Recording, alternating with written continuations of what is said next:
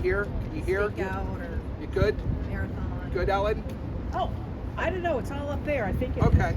Well, hey, if you say you're good. Okay, sounds good. All right, everyone. Thank you for joining us on a beautiful Syracuse day. And we are here to mark the first 100 days of the Trump administration. And let me tell you, folks, I'm tired.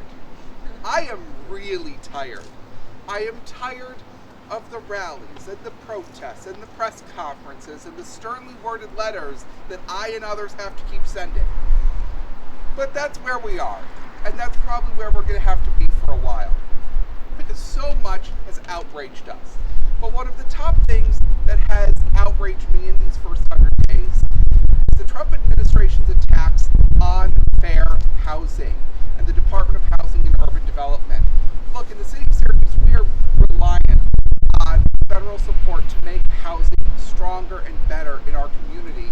And we cannot have the federal government coming after us on these issues. So let's talk for a moment about what we've seen the federal government do on fair housing. First, they have rolled back the Affirmatively Furthering Fair Housing Rule. Now, what does the Affirmatively Furthering Fair Housing Rule do? It says that a passive response to discrimination is inadequate. That the federal government, along with states and cities and counties and local governments, needs to be actively pursuing eliminating discrimination, segregation, and other practices that they see in their communities if they're receiving federal housing dollars. They've rolled that back. And now you're going to see more instances where discrimination cases need to be brought after someone experiences, not once we realize using all the tools at our disposal to root out those cases. Another rule on the chopping block is HUD's gender identity rule. This protects our transgender friends and neighbors from being discriminated against in housing. Donald Trump and Secretary Scott Turner have decided it's acceptable to deny people housing support because they are transgender. They have decided discrimination against transgender people is acceptable. Let's be clear, this is a pro-discrimination and a pro-increasing homelessness position. Transgender people in the United States already experience homelessness at higher rates than their cisgender peers.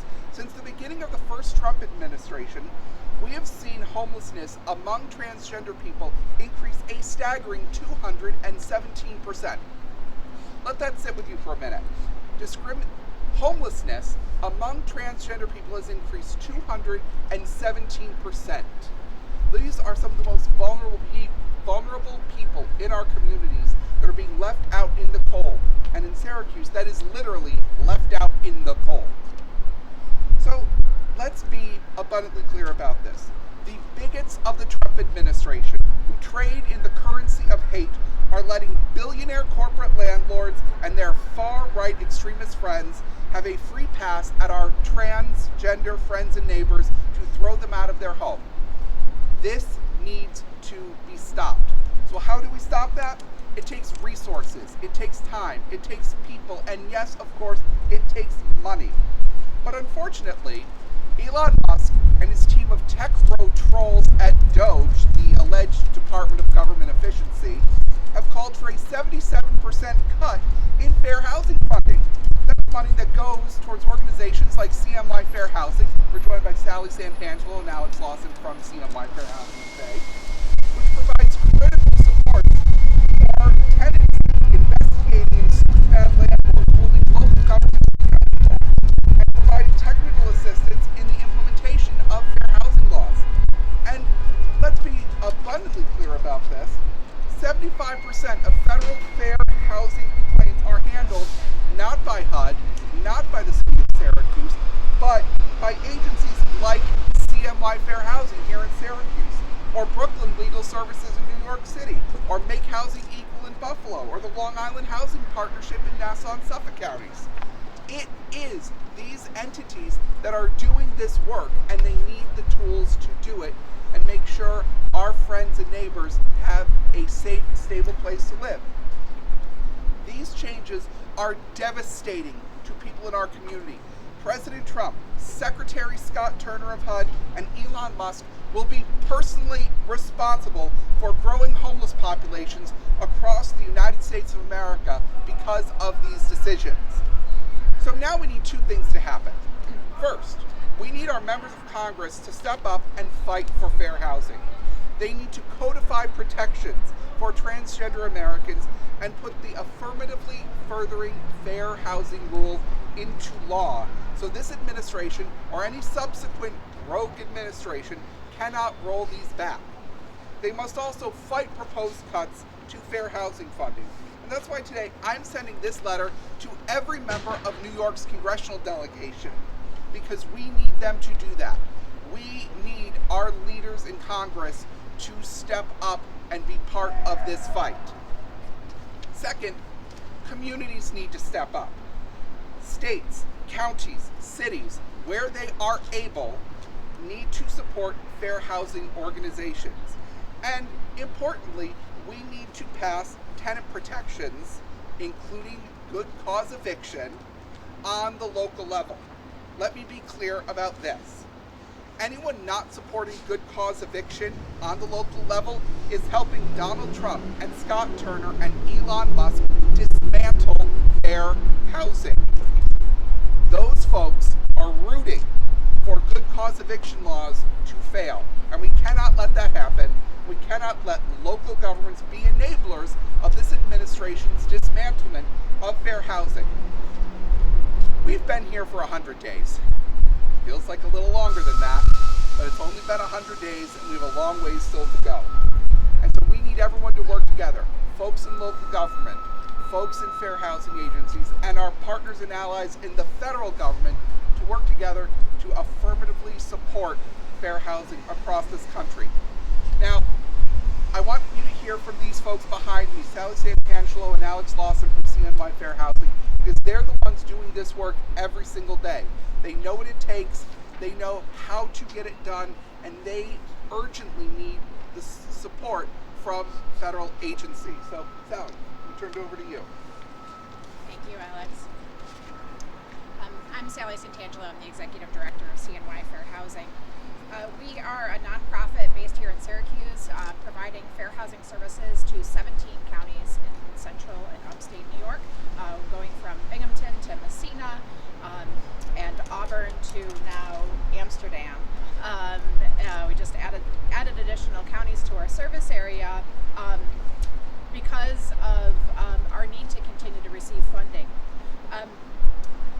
Today, we're marking not only 100 days of this administration, but we're marking the last day of Fair Housing Month. April is Fair Housing Month because the Fair Housing Act was passed on April 11th, 1968, 1 week after Martin Luther King was assassinated, to try to improve housing opportunities, to try to end housing discrimination that was keeping so many people in our communities from having a safe and decent place to live. And normally Fair Housing Month is a month where we celebrate our accomplishments and recommit ourselves to the fight for civil rights for people in our community. But it was a tough month to feel like celebrating. Having just gone through 100 days of chaos, uncertainty, and a repeated assault on federal fair housing protections. From day one, this administration has taken action after action to undermine the fundamental idea that people should have the right to choose where they want to live free from discrimination. It began with executive orders rescinding the Equal Access Rule and establishing the administration's open hostility to the belief that diversity, equity, and inclusion make us better as a country and as a community, and are principles that we should fight for every day. We've endured staffing cuts at HUD, including a planned 75% reduction in HUD's Office of Fair Housing and Equal Opportunity. Cuts that make it difficult to do our work as a federal contractor. The HUD Fair Housing complaint intake process has been completely gutted. We're hearing reports that there are only 8 people to handle investigations of fair housing complaints for the entire country. The staff that remains at HUD are paralyzed due to a lack of guidance, due to a fear of retaliation. They're afraid of approving things. They're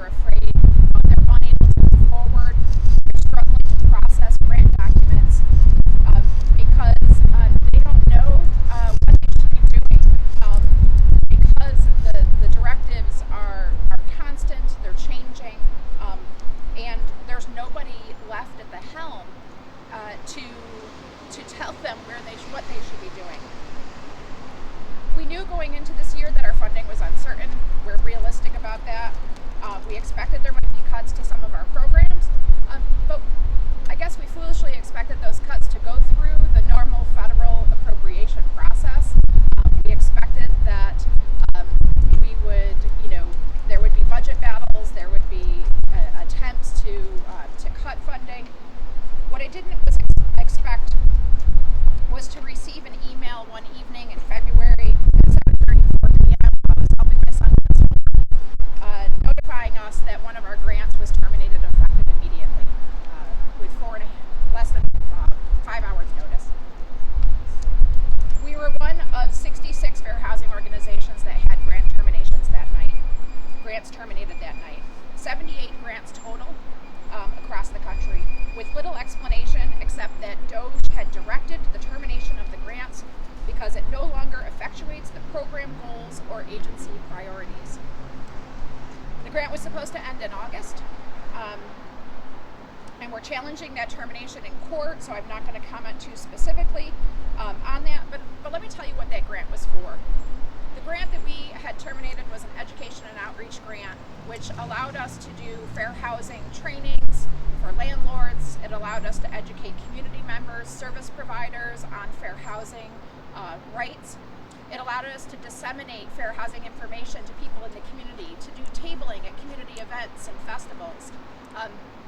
It allowed us to have a website with information, and allowed us to really just make sure people knew what fair housing was and what their rights were.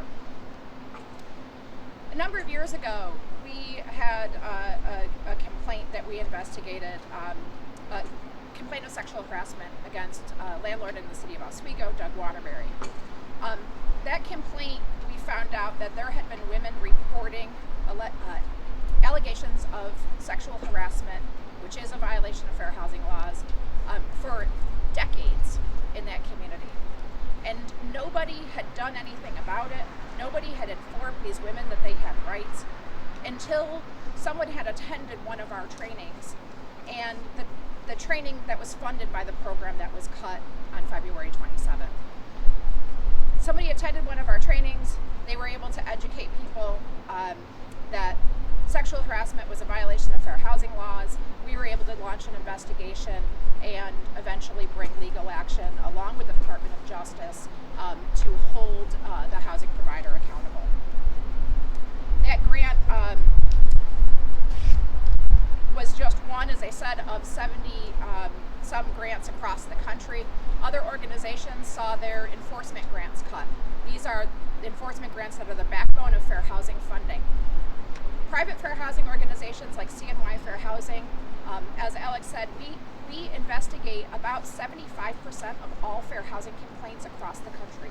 We do that with a total budget of $56 million in federal funding that is split among all of the 100-some organizations that exist. Our work is essential, and it's effective, and it's efficient.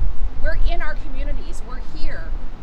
People have connections with us, they know us, and we're able to use our local experience to make sure that people's federal fair housing rights are being enforced. There's been additional actions by the administration that undermine fair housing even further.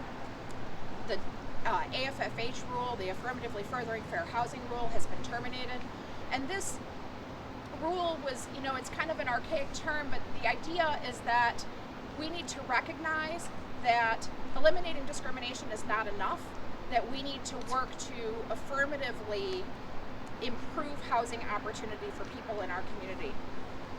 And that rule has been terminated. The proposed replacement simply requires that communities do something, really anything, to basically talk about fair housing. They could have a fair housing poster contest or a coloring contest and say they were meeting the obligations of affirmatively furthering fair housing in their community. Just last week, during Fair Housing Month, the administration announced that they were no longer recognizing a legal theory known as disparate impact. And this is a legal theory that has been recognized by the Supreme Court as the law, and recognized specifically in the fair housing context, but the administration has said that that is no longer going to be recognized, and those complaints will no longer be investigated. All of these actions reflect an ignorance and a refusal to acknowledge our country's history and our community's history. We have a long history of housing discrimination. We have a long history of systemic discrimination that was led by the federal government. It's why we have Route 81 running through the center of our city, displacing a thriving neighborhood. And the impact on our community is going to be profound. We can't just ignore this history and pretend it didn't exist. As we move forward, as we are expecting to grow as a community, we need to make sure that that growth is equitable. We need to make sure that that growth provides everyone opportunity. And when we're not able to do the most basic things like educate someone on what their rights are, or investigate their complaints, or make sure that we're holding landlords accountable, then we're really doing the people in our community a disservice. So thank you. I'm happy to take any questions. Sally, you said something about you expanded your territory in order to get funding. What did you mean by that? So we do have some funding from New York State for fair housing enforcement, and that funding, one of the under the grant that we applied for this year, there was an opportunity for additional funding if we did additional work. So we did expanded to 3 counties, Fulton, Montgomery, and Schoharie County, to have additional funding, and because those communities are not served by a private fair housing group. That's the main thing. We wanted to be able to increase our capacity in the Mohawk Valley, have a staff person in the city of Utica, city in our service area based in Syracuse. So our goal was really to provide additional capacity and additional work. Unfortunately, we're looking at a loss of all of our federal funding, which was last year about 60% of our budget. And so now we're looking at just replacing and hoping to maintain staff, the existing staff that we have. What's your staff at this point? We have 11 people on our staff for 17 counties. And so far no one's had to be let go. We have 2 vacancies that are unfilled. So Were they before Trump or? they were vacancies that were unrelated, so they happened in January. Just somebody had moved out of the area, but we had planned to replace those 2 positions, and unfortunately we're not able to fill those positions. And we do. When I say we have 11 people in 17 counties, we have I like to say we have 5 different programs essentially. So it's to say we're spread thin is a bit of an understatement. We have 1 attorney now, 1 staff attorney, handling dozens of complaints. At a time when our courts we don't know, we can't file complaints with HUD anymore because we don't trust that they're going to be investigated properly, if at all. And so it's very, very challenging. We have a backlog of complaints that we're waiting to file, but we have only 1 staff attorney to bring those cases right now.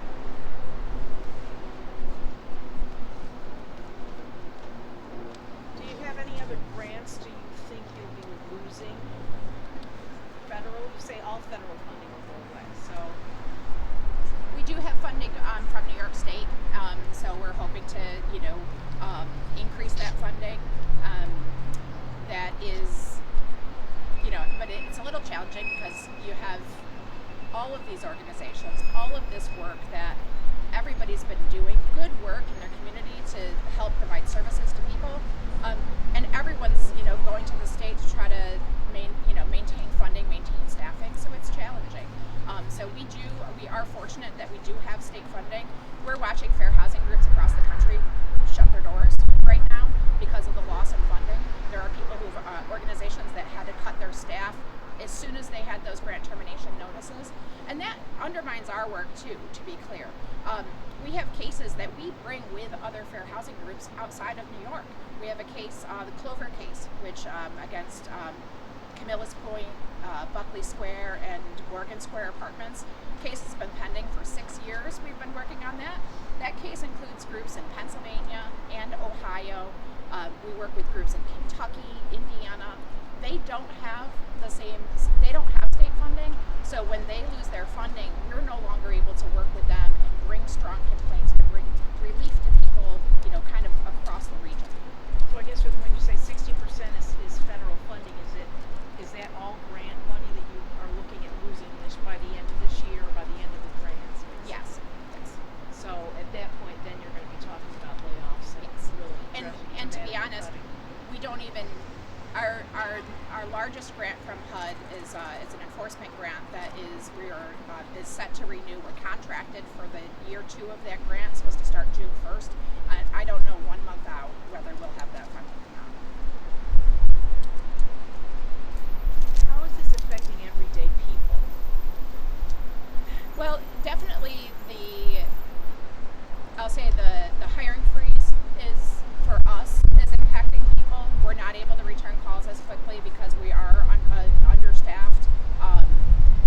So that is definitely impacting people. I'm starting to feel that in terms of, people will reach out to me because they're not hearing back as quickly.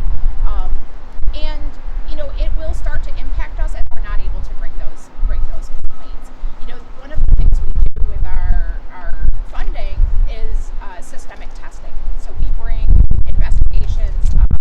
We're able to do undercover testing and bring systemic investigations and complaints that provide relief, that change the policies and practices of housing providers, and we won't be able to bring those systemic investigations because of the loss in funding. So moving forward, we're going to start to have to cut back on those investigations. We're already changing our plans for, summer. We usually do a lot of outreach in the summer. We do a lot of tabling at community events. We're canceling those plans. We're not going to be doing that community outreach. So, in all of those ways, we're starting to peel back our work and cut our work. The federal funding, our one grant, the enforcement grant,